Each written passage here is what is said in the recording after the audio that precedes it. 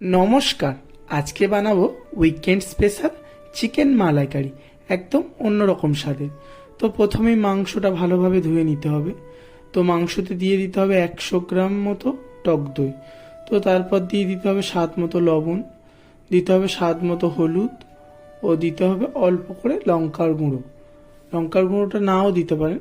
তারপর দিতে হবে জিরের গুঁড়ো, তারপর দিতে হবে 1 টিস্পুন ধনের গুঁড়ো এবং আদা রসুনের পেস্ট দিয়ে ভালোভাবে হাত বা চামচ যেটা হোক দিয়ে ভালোভাবে মেশাবেন।